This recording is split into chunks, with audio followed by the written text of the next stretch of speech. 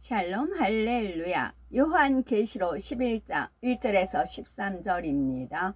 또 내게 지팡이 같은 갈대를 주며 말하기를 일어나서 하나님의 성전과 제단과 그 안에서 경배하는 자들을 측량하되 성전 바깥 마당은 측량하지 말고 그냥 두라. 이것은 이방인에게 주었은즉 그들이 거룩한 성을 42달 동안 짓밟으리라. 내가 나의 두 증인에게 권세를 주리니 그들이 굵은 베옷을 입고 1260일을 애원하리라. 그들은 이 땅에 주 앞에 서 있는 두 감람나무와 두 촛대니 만일 누구든지 그들을 해하고자 하면 그들의 입에서 불이 나와서 그들의 원수를 삼켜 버릴 것이요 누구든지 그들을 해하고자 하면 반드시 그와 같이 죽임을 당하리라. 그들이 권능을 가지고 하늘을 닫아 그 예언을 하는 날 동안 비가 오지 못하게 하고 또 권능을 가지고 물을 피로 변하게 하고 아무 때든지 원하는 대로 여러 가지 재앙으로 땅을 치리로다. 그들이 그 증언을 마칠 때에 무적행으로부터 올라오는 짐승이 그들과 더불어 전쟁을 일으켜 그들을 이기고 그들을 죽일 터인즉 그들의 시체가 큰 성길에 있으리니 그 성은 영적으로 하면 소돔이라고도 하고 애굽이라고도 하니 곧 그들의 주께서 십자가에 못 박히신 곳이라. 백성들과 족속과 방언과 나라 중에서 사람들이 그 시체를 사흘 반 동안을 보며 무덤에 장사하지 못하게 하리로다. 이 두 선지자가 땅에 사는 자들을 괴롭게 한 고로 땅에 사는 자들이 그들의 죽음을 즐거워하고 기뻐하여 서로 예물을 보내리라 하더라. 3일 반 후에 하나님께로부터 생기가 그들 속에 들어가매 그들이 발로 일어나서 구경하는 자들이 크게 두려워하더라. 하늘로부터 큰 음성이 있어 이리로 올라 함을 그들이 듣고 구름을 타고 하늘로 올라가니 그들의 원수들도 구경하더라. 그때에 큰 지진이 나서 성 10분의 1이 무너지고 지진에 죽은 사람이 7천이라. 그 남은 자들이 두려워하여 영광을 하늘의 하나님께 돌리더라. 아멘. 요한계시록 강의 45번째 두 증인입니다. 두 증인이 등장합니다. 이들은 마지막으로 이스라엘을 향해 구원의 메시지를 전할 사명을 맡았지요. 상상 못할 크고 놀라운 권능을 행하면서 구세주 예수 그리스도를 선포합니다.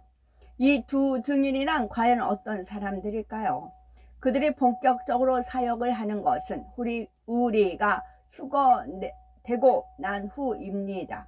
그러나 휴거가 있기 전부터 이미 그들은 자신들의 사역을 준비하게 되지요. 과연 이 두 증인이 어떤 사람들인지 또 7년 환란 때 어떻게 사명을 감당할 것인지 말씀드립니다. 요한계시록 11장 1절에서 2절에 또 내게 지팡이 같은 갈대를 주며 말하기를 일어나서 하나님의 성전과 제단과 그 안에서 경배하는 자들을 정량하되 성전 밖 마당은 정량하지 말고 그냥 두라. 이것을 이방인에게 주었은즉 저희가 거룩한 성을 42달 동안 짓밟으리라. 지팡이 같은 갈대란 믿음을 청량하는 도구입니다. 출애굽 당시 모세가 지팡이를 들고 권능을 행했던 것처럼 지팡이는 믿음과 능력을 상징하지요. 갈대는 줄기가 곧기 때문에 예전에는 길이를 재는 도구로 쓰여졌습니다. 계시록 21장에도 보면 금갈대로 새 예루살렘의 규모를 청량하는 장면이 나옵니다. 이 갈대로 하나님의 성전과 제단 그 안에 경배하는 자들을 정량한다 하였지요. 이는 하나님께 나와 경배하는 자들의 믿음을 측정한다는 뜻입니다. 사람의 축복이나 재앙은 우연히 일어나거나 대충 적당히 임하는 것이 아닙니다. 비록 그 과정을 사람들이 다 할 수는 없지만 영계의 정확한 법칙에 따라 이루어집니다. 기도하여 마음의 소원에 응답받는 것도 철저히 공의에 따라 이루어지지요. 대표적인 예로 우리가 잘 아는 7명의 측정입니다. 7명의 측정 결과에 따라 응답의 여부가 결정이 되지요. 각 사람의 구원이나 천국의 처소, 상급 등도 대충 정해서 주어지는 것이 아닙니다. 단지 교회를 다닌다 해서 겉모습만으로 정해지는 것도 아니지요. 또한 요한계시록 2장 23절에 또 내가 사망으로 그의 자녀를 죽이리니 모든 교회가 나는 사람의 뜻과 마음을 살피는 자인 줄을 알지라. 내가 너희 각 사람의 행위대로 갚아주리라 하셨지요. 주여 주여 부르는 수많은 사람들이 있다 해도 그들의 신앙은 천차만별입니다.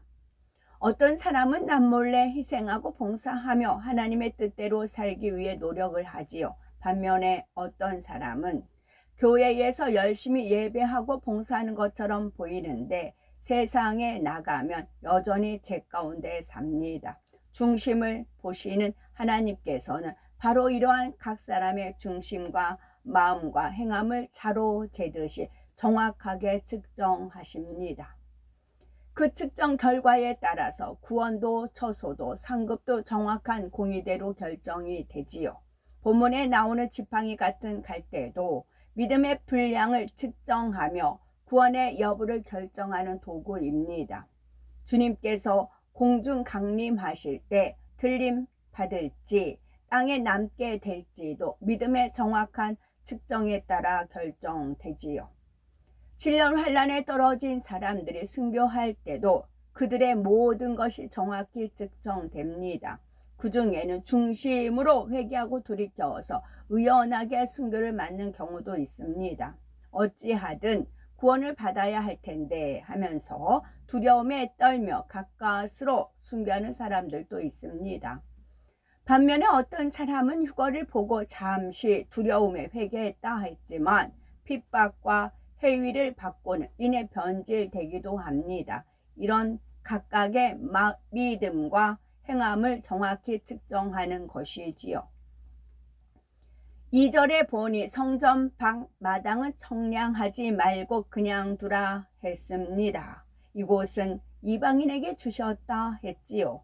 성전 밖 마당을 이방인에게 주셨다는 것은 하나님께서 때가 차기까지 적그리스도에게 전 세계를 주관해 갈 권세를 주셨다는 뜻입니다. 그러나 때가 되어 7년 환란이 끝나고 나면 결국 적그리스도의 세력도 심판을 받습니다. 하지만 7년 환란 중에는 아직 하나님께서 그들을 그냥 내버려 두십니다. 특히 후 3년 반 동안에는 큰 권세를 내어 주시지요. 하나님께서 그렇게 그들을 내버려 두시는 것은 인간 경작의 섭리가 있기 때문입니다. 그나마 7년 환란 중에라도 적그리스도의 세력 아래서 끝까지 믿음을 지켜 구원의 일을 영혼들을 가려내시려는 것이지요. 2절에 저희가 거룩한 성을 42달 동안 짓밟으리라 했습니다. 거룩한 성이란 하나님의 선민 이스라엘을 의미합니다. 42달은 곧 3년 반이지요. 이렇게 적그리스도가 이스라엘을 짓밟게 되면 원수 마귀는 아주 의기양양해집니다. 자신들이 하나님을 대적하여 큰 승리를 거둔 것처럼 여기지요. 이스라엘은 하나님이 택하신 민족이요 하나님의 섭리 안에 있는 민족입니다. 그러니 악한 영들 역시 이처럼 하나님의 섭리 안에 있는 이스라엘을 회방하는 것에 큰 의미를 두게 되지요. 마치 자신들의 승리인 것처럼 말입니다. 하나님께서 이 땅에 인간을 경작하시는 동안 원수 마귀 사단은 끊임없이 하나님을 대적합니다. 인간 경작을 통해 참 자녀를 얻으시려는 하나님의 계획을 망치려 하는 것이지요. 하나님께서 실패하셨다 말하려는 것입니다. 선민으로 택하신 이스라엘을 사주하여 구세주 예수님을 죽이도록 한 것도 같은 맥락입니다. 이스라엘은 하나님께서 택하신 백성인데도 결국 하나님을 배신하였지요. 구세주를 대적했고 결국 멸망했습니다. 하나님은 선민 이스라엘도 구원하지 못하셨다. 이렇게 하나님을 실패한 하나님으로 만들고 싶어 하는 것입니다. 어찌 하나님의 섭리가 원수 마귀 사단에 의해서 무산되겠습니까? 신실하신 하나님은 이스라엘을 외면하지 않으십니다. 7년 환란 중에 적그리스도가 이스라엘을 짓밟는다 해도 그것으로 끝이 아닙니다. 결국은 완전한 하나님의 승리를 위해서 하나님께서 허락하신 과정일 뿐이지요. 신실하신 하나님께서는 택하신 백성을 반드시 구원하실 것이며 그 계획이 이미 다 예비되어 있습니다. 그 과정 속에 포함된 것이 바로 오늘날 이루고 있는 이스라엘 선교이지요. 오늘날까지 많은 기독교인들이 이스라엘 선교를 시도했지만 이루어지지 않았습니다. 선민이라는 틀과 자부심 속에 단단히 굳어져서 복음을 철저히 거부하는 것입니다. 그러나 바위처럼 단단한 그들의 틀 속에도 미세한 빈틈이 있습니다. 우둔하게 이방인의 수가 차기까지 이스라엘을 우둔하게 하셨다 했어요. 그럼 이방인의 수가 차면 그 우둔을 깨닫고 돌이키고 회개하고 그런 걸로 바꾸시면 됩니다. 여시면 돼요. 가렸던 수건을 벗기시면 됩니다. 구약의 말씀을 굳건히 믿고 있지만 영적인 의미를 다 깨우친 것이 아닙니다. 그런 말씀들이 궁금할 수밖에 없고 때로는 답답하게 여길 수밖에 없지요. 하나님께서 풀어주셔야만 그들의 궁금증을 해결할 수가 있습니다. 그래서 참으로 경건하고 진리에 갈급한 사람들은 이 성결의 말씀을 들을 때 시원함을 느낍니다. 이 말씀이 참임을 깨닫는 것이지요. 그리고 말씀을 확증하는 권능을 통해 이 말씀을 더욱 확신하게 됩니다. 뼛속 깊이까지 굳어진 정통 유대인들이라 해도 그들 중에 선한 중심을 가진 사람들은 결국 주님을 영접하게 되는 것입니다. 두 증인이 있습니다. 두 증인을 통해서 많은 열매들이 맺혀지게 됩니다. 이들의 권능이 얼마나 큰지 사람으로서는 상상할 수조차 없는 일들을 수많은 사람들 앞에 보여줍니다. 이스라엘 사람들의 많은 수가 바로 이 두 증인의 사역을 통해서 주님을 영접하게 되는 것이지요. 이것이 바로 하나님께서 예비하신 특별한 섭리와 계획입니다. 이러한 때가 이르기까지 하나님께서는 적그리스도가 이스라엘을 짓밟도록 허락하시지요. 거룩한 성이 3년 반 동안 적그리스도의 권세 아래 짓밟힌다 했습니다. 하지만 이것은 바로 이스라엘의 구원을 위해 반드시 필요한 공의입니다. 이스라엘은 하나님의 특별한 은총을 입어 심히 놀라운 방법으로 구원을 얻게 됩니다. 엄청난 권능을 가진 두 증인을 통해 의심할 수 없는 증거를 보게 되지요. 이런 은혜가 거저 주어질 수는 없습니다. 그러나 이미 경작의 문이 닫힌 7년 환란 때는 성령의 역사도 거두어진 때입니다. 이런 상황에서 이스라엘에게만 특별한 구원의 은혜가 주어지면 당연히 사단이 송사하게 됩니다. 이스라엘만 그처럼 특별 대우하시면 형평성에 어긋납니다 하는 것이지요. 이런 송사가 없으려면 합당한 공의의 값을 치루어야 합니다. 그 값을 치르는 방법이 바로 적그리스도에게 거룩한 성을 3년 반 동안 내어주는 것입니다. 두 증인을 통한 하나님의 역사를 믿는 사람은 극심한 핍박 속에서도 승리하게 됩니다. 그냥 큰 권능을 보여주어서 믿고 구원에 이르게 하신 것이 아니라 믿음의 증거로서 핍박과 고난을 이겨낸 사람에게만 구원의 길이 열린다는 말입니다. 그러니 공에 어긋나는 것이 아니지요.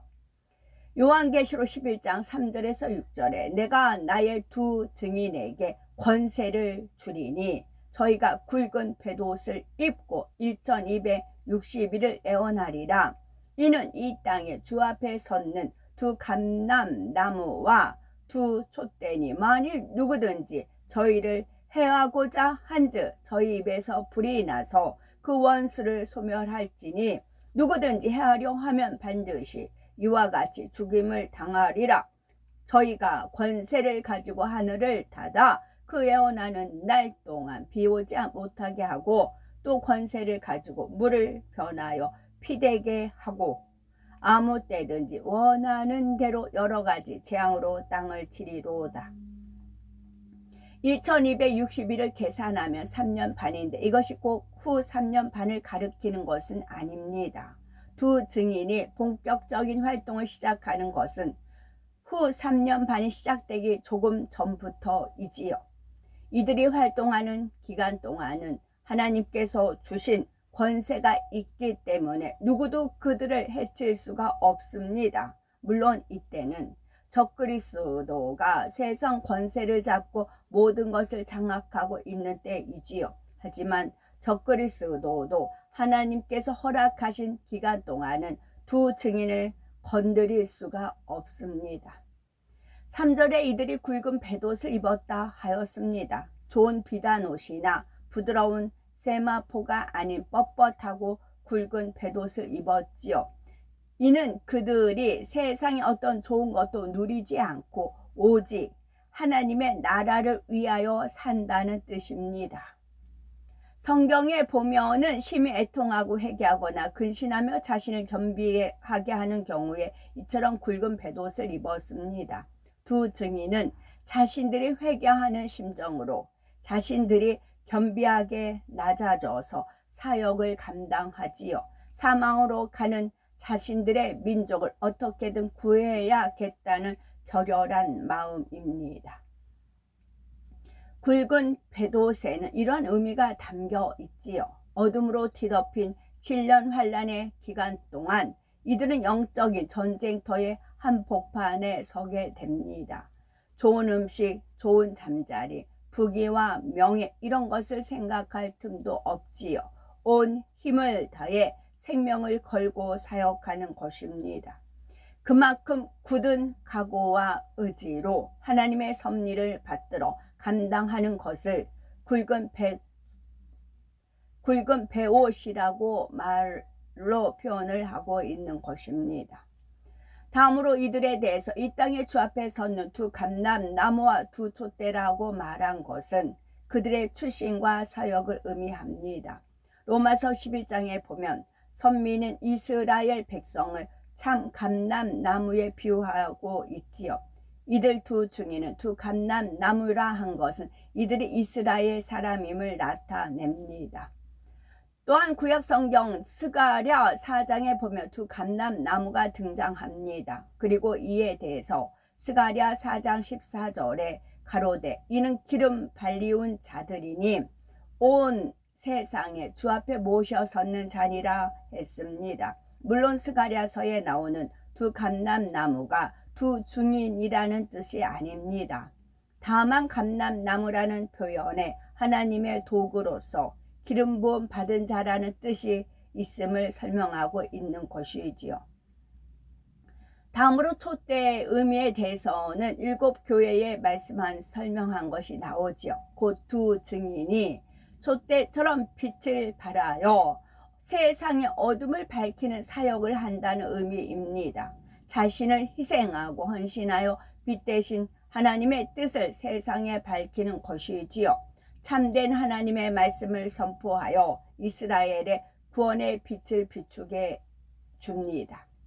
다음으로 누가 두 증인을 해치려고 하면은 반드시 죽음을 당한다 하였습니다. 두 증인의 입에서 불이 나서 원수를 소멸한다 하였지요. 이는 바로 두 증인에게 축복권과 저주권이 있음을 말합니다. 물론 모든 축복과 저주의 권세는 하나님께 있습니다. 하지만 하나님께서는 종종 그 권세를 합당한 하나님의 사람들에게도 주셔서 하나님의 뜻과 영광을 나타내게 하십니다. 예를 들어서 사도행전 13장에 보면 엘루마라는 박수, 곧 남자 무당이 사도 바울에게 저주받는 장면이 나옵니다. 바울이 총독 서기오 바울에게 전도를 하는데 박수 엘루마가 바울을 해방하기 위해서 힘쓰지요. 이에 성령의 충만함을 입은 바울이 그에게 선포합니다. 사도행전 13장 10에서 11절에 가로되 모든 괴계와 악행이 가득한 자요 마귀의 자식요 모든 의의 원수요 주의 바른 길을 굽게 하기를 그치지 아니하겠느냐. 보라 이제 주의 손이 네 위에 있으니 네가 소경이 되어 얼마 동안 해를 보지 못하리라 하니 즉시 안개와 어둠이 그를 덮어 인도할 사람을 두루 구하는지라 했습니다. 이를 본 총독이 심히 귀하게 여기며 바울의 말을 믿게 되었던 것입니다. 이처럼 하나님의 보장을 받는 사람은 그 입술에 축복도 저주도 내릴 수 있는 권세가 있습니다. 두 증인에게도 이러한 권세가 있으므로 누구도 그들을 해할 수가 없다는 말이지요.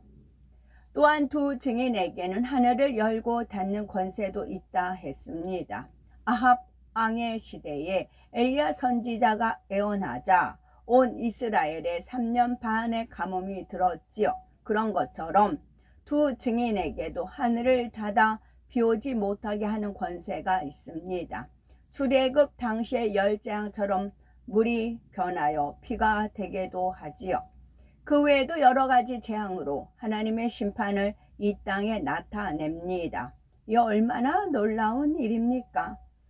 7년 환란 동안 권세를 잡은 적그리스도도 하나님께서 지키시는 두 증인에 대해서는 머리털 하나 상하게 할 수가 없습니다. 이스라엘 중에서도 선한 자들은 이제 그들의 말을 듣고 그 권능을 보며 믿음을 갖게 됩니다. 비록 성령의 시대, 은혜의 시대는 끝났지만 이렇게 믿는 사람들은 또다시 긍휼을 입게 되지요. 두 증인에게는 저주권만 있는 것이 아니라 축복권도 있기 때문입니다. 하늘을 닫을 수 있다면 반대로 열 수도 있는 것이고 마실 물을 피로 바꿀 수 있다면 먹지 못할 물을 식수로 바꿀 수도 있지요. 극심한 재앙 속에서도 두 증인을 믿고 나오는 이스라엘 사람들은 예비된 하나님의 은혜를 체험하게 되는 것입니다. 이스라엘 백성들만 아니라 전 세계 사람들도 두 증인에 대해서 알게 되지요. 그렇다고 해서 이 권능을 본 사람들이 다 구원을 얻게 되는 것은 아니죠. 너무나 강팍해진 세대이기에 눈으로 보고도 믿지 못하는 사람들이 많습니다. 오늘날도 동일하게 그렇지요. 아무리 놀라운 권능을 보였다 해도 돌아서면 금세 의심이 틈탑니다. 보고 믿는다 해도 핍박이 오면 금세 마음을 변개해 버리게 되지요. 성령 시대에는 성령께서 도와주셨지만 이때는 성령의 도움을 받을 수가 없기 때문입니다. 그래서 믿음을 갖는 것도 믿음을 지키는 것도 쉽지가 않습니다. 그나마 이스라엘 민족은 중심이 곧음으로 비교적 많은 수가 구원을 받게 됩니다. 하나님께서도 그들의 중심을 아심으로 특별히 이스라엘 가운데 두 증인을 섭리해 두신 것이지요. 이처럼 놀라운 권능으로 사용했던 두 증인은 2261의 때가 차면 순교하게 됩니다. 오로지 야훼란 이름은 야훼만이 가질 수 있는 이름이에요. 저 김계선 클릭하면 김계선의 이름 동명 이름이 같은 분들이 많이 나옵니다. 근데 야훼는 오로지 야훼 한 분밖에 없어요. 그 야훼 아도나이는 많이 이렇게 이렇게 많이들 있더라고요. 아도나이라고 칭하는 거는. 또 하셈, 하나님 이름. 그럼 하나님 이름이 뭐야? 모르잖아요. 그래서 시편을 야훼로, 야훼 있을 때마다 야훼 야훼 자꾸 부르는 것이 바람 부는 겁니다. 그쪽으로 바람을 불어주는 겁니다. 밤새 불어서 동풍이 불어서 홍해길을 갈랐듯이 역시 그래서 야훼를 부르는 겁니다. 합당한 자가 불러야 그 권세가 임하는 거, 이양하는 거예요. 권세를 그 이스라엘 두 증인한테 이양을 하는 겁니다. 그런 작업을 하나님께서 하시는 거고, 그걸 전 이제 지표만 찍는 겁니다. 저는 지표만 찍고 역사는 하나님이 하시는 겁니다. 천사들이 하는 것이지요. 두 증인의 권능이 크면 클수록 더욱 위협을 느끼며 그들을 미워합니다. 자신들의 권세 잡고 있는 사회를 어지럽히며 혼란케 하는 세력으로 생각하기 때문입니다. 그래서 어찌하든 두 증인을 죽이려고 기회를 엿보게 되지요. 두 증인을 아무리 죽이고자 해도 하나님께서 지켜주시는 3년 반 동안은 그들에게 어떤 해도 끼칠 수가 없습니다. 그 기간 동안 하나님께서는 두 증인을 통해 이스라엘 백성들을 비롯하여 이 땅에 남은 사람들에게 다시 한번 회개할 시간을 주시는 것입니다. 그러다가 그 증거를 마칠 때가 옵니다. 두 증인을 통해 구원받은 수가 다 채워지면 그들의 사역을 마치게 됩니다. 요한계시록 11장 7절에 저희가 그 증거를 마칠 때에 무적갱으로부터 올라오는 짐승이 저희로 더불어 전쟁을 일으켜 저희를 이기고 저희를 죽일 터인즉 두 증인이 사역을 시작한 지 3년 반이 지나면 섭리 가운데 순교하게 됩니다. 예수님께서 사역하실 때도 그러했지요. 반대하는 자들은 어찌하든 예수님을 죽이려 했으나 때가 이르기까지는 손도 대지 못했지요. 그러나 때가 차서 하나님께서 허락하시니 유대인들이 예수님을 잡아 십자가에 못 박을 수가 있었습니다. 이처럼 두 증인도 하나님께서 허락하시는 때가 되어야 적그리스도의 손에 넘겨집니다. 그 상황을 전쟁이라고 표현할 정도로 엄청난 핍박이 가해지지요.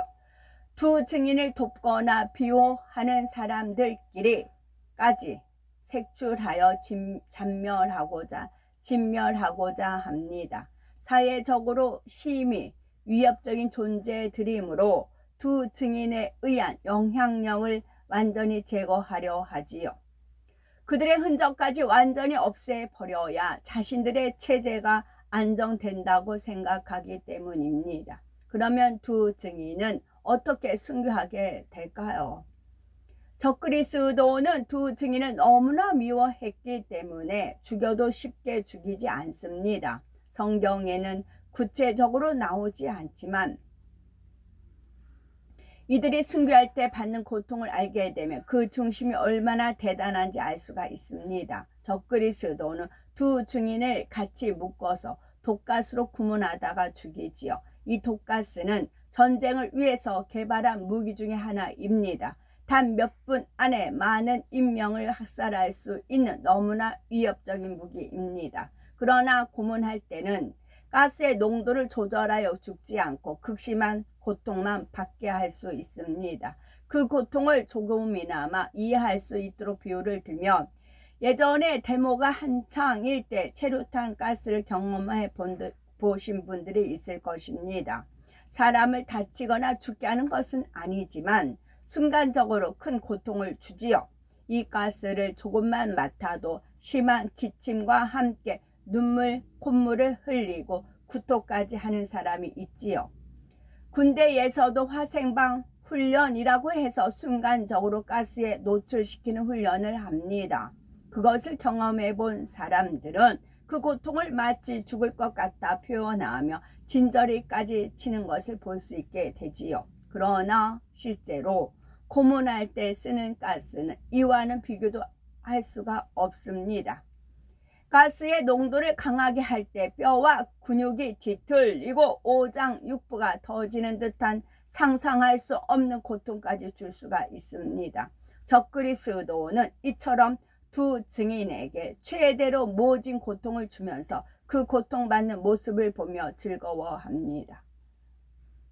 독가스에도 여러 종류가 있어서 어떤 가스는 피부에 수포가 생기고 참혹한 상처가 나기도 합니다.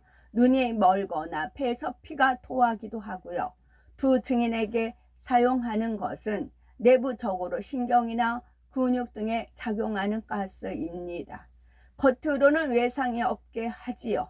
이는 나중에 세상의 본보기가 되도록 시체를 공개할 때도 자신들의 잔혹함을 숨기기 위함입니다. 두 증인은 잡힐 때도 그리고 고문당하다가 순교할 때까지도 아무런 반항을 하지 않습니다. 예수님께서 겟세마네에서 묵묵히 끌려가셨던 것처럼 그들도 때가 된 것을 알고 조용히 잡혀가지요. 예수님께서 모진 매를 맞고 십자가를 치실 때 잠잠하셨던 것처럼 그들도 잠잠히 죽음을 맞습니다. 참혹한 고문을 당할 때에 한마디 저항도 없이 모든 것을 받아들이는 것입니다.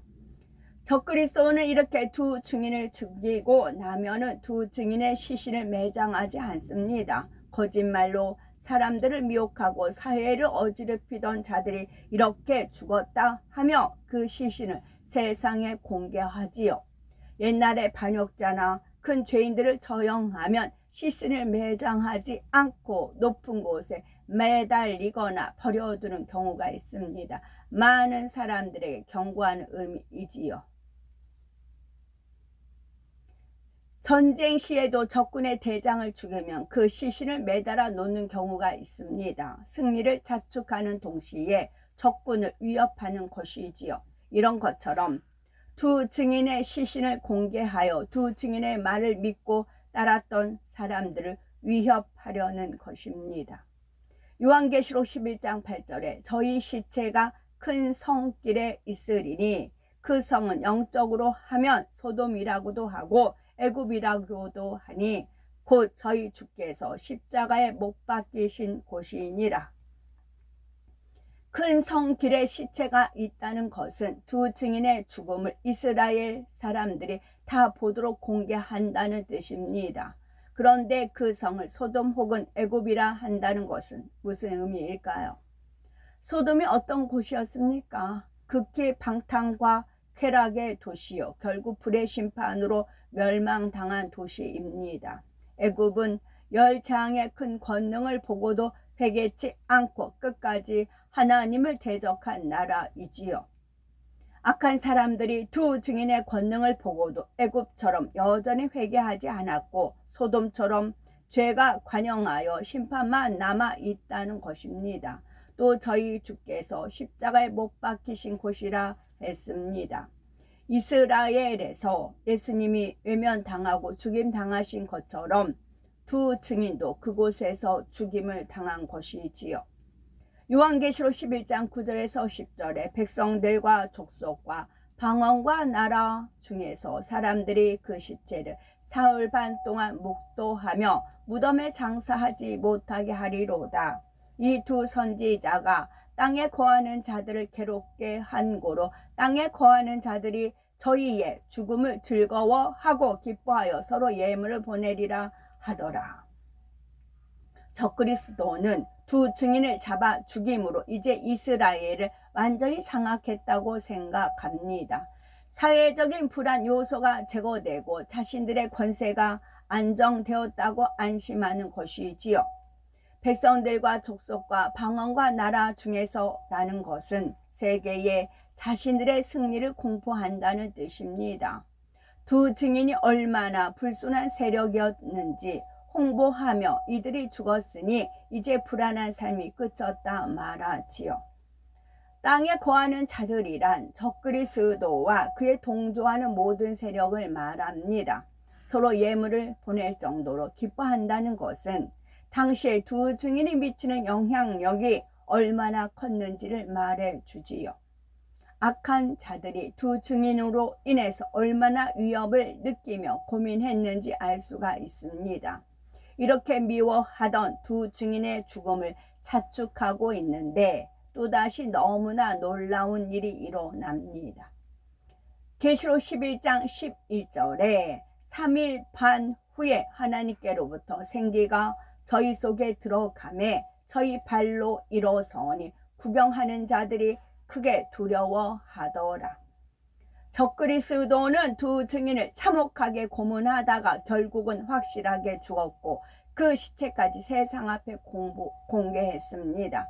그런데 3일 반이나 지난 후에 그 시체가 갑자기 살아서 일어난 것입니다. 요한계시록 11장 12절에 하늘로부터 큰 음성이 있어 이리로 올라 함을 저희가 듣고 구름을 타고 하늘로 올라가니 저희 원수들도 구경하더라. 우리 주님의 부활 승천하심과 같이 두 증인도 모두가 보는 앞에서 부활하여 하늘로 올라간 것이지요. 이때 살아난 시점이 3일 반 후라는 것은 모든 것이 하나님의 섭리임을 다시 한번 확증해 주는 증거입니다. 곧 두 증인이 3년 반의 사역 후에 잡힌 것이 하나님의 섭리였음을 나타내는 것이지요. 적그리스도가 힘이 있어서 그들의 뜻대로 두 증인을 죽인 것이 아니라 하나님께서 허락하셨기 때문에 정확한 시점이 되어 두 증인이 죽임당한 것을 나타냅니다. 그리고 시신을 장사하지 않고 길에 둔다는 것은 하나님의 주권 하에서 이루어진 일입니다.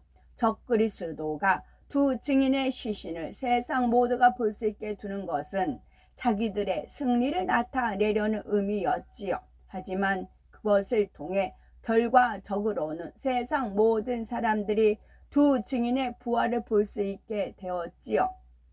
이처럼 적그리스도가 자기 영광을 위해 자기 뜻대로 일을 행해 나가는 것 같지만 모든 것은 다 하나님의 주권 안에 있습니다. 결과는 하나님의 영광을 나타나는 것이지요. 이렇게 부활한 두 증인은 사람들이 보는 앞에서 하늘로 들려 올라갑니다. 영안이 열린 사람만 보는 것이 아니라 육의 눈으로도 볼 수가 있지요. 원수들도 구경하더라 한 대로 두 증인을 죽인 적그리스도와 그 추종자들도 이 모든 일을 볼 수가 있습니다. 이 모든 과정을 많은 사람들이 보고 놀라서 그들의 말이 사실이었구나 깨닫게 되지요. 그러나 적그리스도의 세력들은 이런 광경을 보고도 회개하지 않습니다. 오히려 어찌하든 이 사실을 은폐하려고 하며 소문이 더 퍼져 나가는 것을 막으려고 또다시 핍박을 시작하지요. 선한 사람들은 이런 역사를 보면 두려워하며 하나님을 인정합니다. 그러나 악한 사람들에게는 아무리 권능을 보여주고 기적을 보여주어도 끝까지 하나님을 인정하지 않으려 합니다. 사단이 그 마음을 주관하여 눈과 귀를 철저히 가리는 것입니다.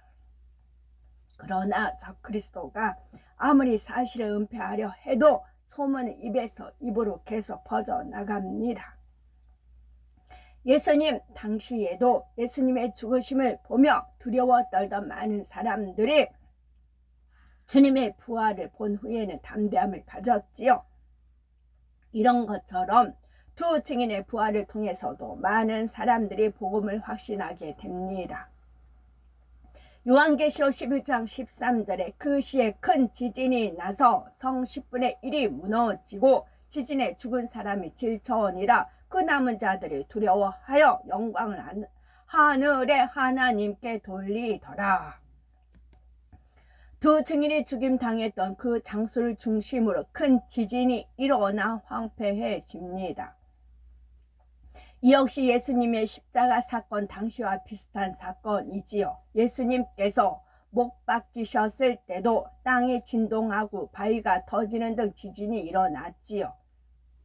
마태복음 27장 54절에 보면 백부장과 및 함께 예수를 지키던 자들이 지진과 그 되는 일들을 보고 심히 두려워하여 가로되 이는 진실로 하나님의 아들이었도다 고백하는 장면이 나옵니다. 본문의 두 증인이 승천할 때의 지진 역시 하나님의 권능을 보여주는 사건이지요. 적그리스도는 이 지진에 대해서도 언론 매체를 통제하는 등 어찌하든 소문이 퍼지는 것을 막으려고 합니다. 그러나 두 증인의 부활 승천과 지진을 현장으로 보고 들은 사람들이 있습니다. 이들 중에 양심이 비교적 선한 사람들은 이것이 하나님의 역사임을 고백하며 하나님께 영광을 돌리게 되지요. 물론 보고도 믿지 않는 사람이 많고 믿는다 해도 핍박이 두려워서 결국 주를 부인하는 사람도 많습니다. 그러나 이스라엘 중에 하나님을 두려워하여 끝까지 적그리스도에 동조하지 않는 사람들도 여전히 남아 있는 것입니다. 두 증인은 믿음이 없어서 휴거되지 못한 것이 아닙니다. 누구보다도 믿음이 좋은 사람들이지만 순교의 사명을 기꺼이 받아들인 것이지요. 어떻게 그럴 수가 있을까요?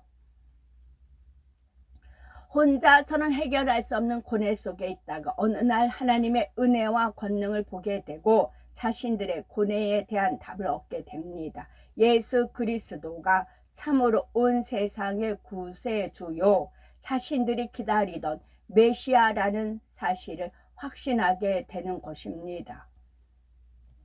그러면서 이들에게는 소망이 생기게 되었습니다. 이전에 자신들이 그랬던 것처럼 구약에만 집착하고 있는 자기 민족에게 이 복음이 전파되기를 원하게 되지요. 그러니 지옥 같은 질련 환란의 소용돌이 속에서도 자원하는 마음으로 남을 수가 있는 것입니다. 자기 민족을 너무나 사랑하기 때문에 이 땅에 남은 그 영혼들을 어찌하든 하나라도 더 구원에 이르게 하기 위해서 말입니다. 마치 굶주림 사자굴에 들어간 것과 같은 적그리스도의 세력권 안에서 생명을 내걸고 복음을 증거하지요. 모든 사명을 감당한 후에 들림받게 됩니다. 이제 이들의 마음에는 아무 후회도 없습니다. 자신들이 할 수 있는 모든 것을 다 했고 하나님께서 주신 사명을 온전히 마쳤지요. 먼저 휴거된 성도들의 대열에 동참하여 7년 혼인잔치에 들어가기만 하면 됩니다. 이들의 사역을 지켜보신 주님께서도 얼마나 반갑게 이들을 환대해 주시겠습니까? 무천군 천사와 성도들의 환영을 받으며 영원한 영광을 누릴 일만 남았지요. 하지만 이때도 두 증인 마음에는 기쁨과 행복만 있는 것이 아닙니다. 아직 구원받지 못한 자기 백성들을 생각함으로 마음 한편에는 안타까움이 가득하지요. 끝까지 그들을 마음에 품으며 들림받습니다. 이때 어찌하든 한 영혼이라도 더 구원에 이르기를 원하는 간절한 마음으로 당부의 말을 남기게 됩니다. 그 당부의 말 중 하나를 이제 기록이 되어 있습니다. 내 사랑하는 형제 자매여, 이후에 있을 모든 일들을 인하여서 두려워 떨지 말며 오늘 우리가 하나님께 영광 돌릴 이 일을 기억하라. 우리가 했던 모든 일들은 참이요 보였던 모든 것들은 아버지 하나님으로부터 온 일이라. 이와 같이 형제 자매들이 믿어온 것들이 온전한 것이 아니었음을 그동안 많은 것으로 증거하였음이라. 예수 그리스도로 인하여서 우리가 구원을 얻음이라. 이같이 7년 환란 속에 우리가 있다는 것을 알 수 있지만 그러나 이제 우리 마음에 변개치 아니하고 주는 우리 그리스도시요 우리를 구원하신 분입니다 고백을 이루며 우리가 행하고 증거했던 모든 말이 참임을 믿고 의지하라. 그리하여 이제 이후에 있을 모든 일들 속에서 하나님의 뜻을 쫓아 신속히 이를 이루어가기 원함이라. 이와 같은 말씀을 듣고 깨우친 자들이 있으므로 그들과 더불어 앞으로의 날들 속에 믿음으로 잘 이겨나가서 주실 것을 바라며 온전함으로 달려갈 수 있는 형제 자매들이 되어주기를 원함이라. 사랑하는 형제 자매여, 우리는 이제 하나님 뜻 속에서 이곳을 떠나 아름다운 곳에 올라가나 여기 남아 숨을 쉬고 호흡하는 동안 하나님의 섭리하심을 잊지 말라. 이스라엘을 통하여서, 이 민족을 통하여서 하나님 아버지께서 주신 그 말씀을 잊지 말라. 그 약속을 잊지 말라. 또 우리에게 주신 그리스도의 은혜를 잊지 말라. 그래서 앞으로의 날들 속에 모든 핍박이 온다 할지라도 그 마음을 지켜 반드시 하나님의 약속의 말씀을 지켜드리며 하나라도 더 하나님의 뜻에 순종하여 구원에 이르는 형제 자매들이 되기를 원함이나니 우리의 이 마음을 이해해 주기를 원함이라. 그동안에 말을 이루었던 모든 말씀을 기억하여 이 환난 속에서 반드시 승리하여 훗날에 우리가 함께 이르렀을 때에 기쁨으로 맞이하기를 원함이라. 어찌하든 남겨진 자기 민족들이 구원에 이르기를 원하는 심정이 잘 담겨 있습니다. 또 다른 증인은 이러한 당부를 남깁니다. 사랑하는 형제 자매여, 우리가 행하였던 모든 것들을 정녕 진실이고 참된 것임이라. 우리는 형제 자매들을 사랑함으로 이 말씀을 전했고 그처럼 많은 권능들을 행했던 것이라. 우리의 했던 모든 것은 적그리스도에 대항하는 일들이었고 형제와 자매들이 보는 지금의 현상을 통해 진실을 깨달을 수 있기 원함이라. 우리가 했던 이 모든 일들을 기억하라. 우리가 했던 이 모든 일들을 기억하라. 우리가 죽었으되 다시금은 살아난 이 일을 기억하라. 우리가 죽은 것 같고 핍박과 고난 받는 것 같았으되 그러나 이제 아버지 품으로 옮기는 이와 같은 것을 봄으로 인해서도 이를 잊지 말고 기억하라. 이것을 보고 목도한 자들은 가서 전하라. 그러므로 하나라도 더 하나님의 백성이 된 자가 정녕 하나라도 더 하나님의 뜻 가운데 설 수 있도록 모두가 노력해 주기를 바람이라. 우리가 떠나나 그 진실을 왜곡하지 말며 모든 목도한 것을 입을 열어 증거하라. 하나님의 뜻과 섭리 속에 정녕 이스라엘 백성을 기억하심과 그 사랑이 얼마나 크시지를 깨우침으로 인하여서 많은 이들이 구원의 도에 동참하기를 원함이라.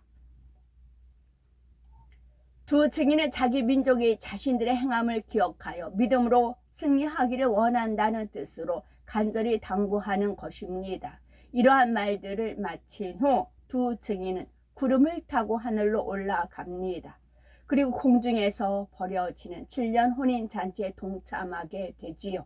이 땅에서는 재앙도 더 심해지며 구원을 위한 영적 전쟁도 더 치열하게 벌어집니다. 역사적으로 성경의 모든 예언은 반드시 그대로 성취되었습니다. 요한계시록에 나오는 예언은 장차 되어질 마지막 때의 일들이지요. 이 말씀들도 반드시 그대로 이루어집니다. 앞으로 드러날 두 증인의 소식을 통해서도 절실히 느껴야 합니다. 깨닫고 느낄 뿐 아니라 마지막 때를 잘 준비할 수 있어야 하지요. 장차 우리는 어느 쪽에 있겠습니까? 우리가 먼저 7년 혼인잔치에 들어가 두 증인을 환영한 쪽에 있겠습니까?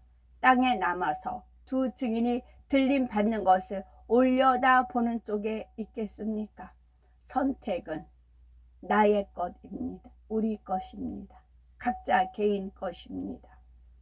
데살로니가 전서 4장 16에서 17절에 주께서 호령과 천사장의 소리와 하나님의 나팔로 진하늘로 쫓아 강림하시리니 그리스도 안에서 죽은 자들이 먼저 일어나고 그 후에 우리 살아남은 자도 저희와 함께 구름 속으로 끌어올려 공중에서 주를 영접하게 하시리니 그리하여 우리가 항상 주와 함께 있으리라 했습니다. 이 말씀대로 이루어질 날이 가깝지요. 더 이상 세상 정욕을 취하지 말고 부지런히 죄와 싸워 버리며 온 집에 충성하시기 바라고, 그래서 이날에 우리 모두가 담대히 일어나 주님 품에 안길 수 있었으면 좋겠습니다. 그 무지개 활, 그것은 여성형이랍니다. 남성 여성 했을 때 여성형이랍니다.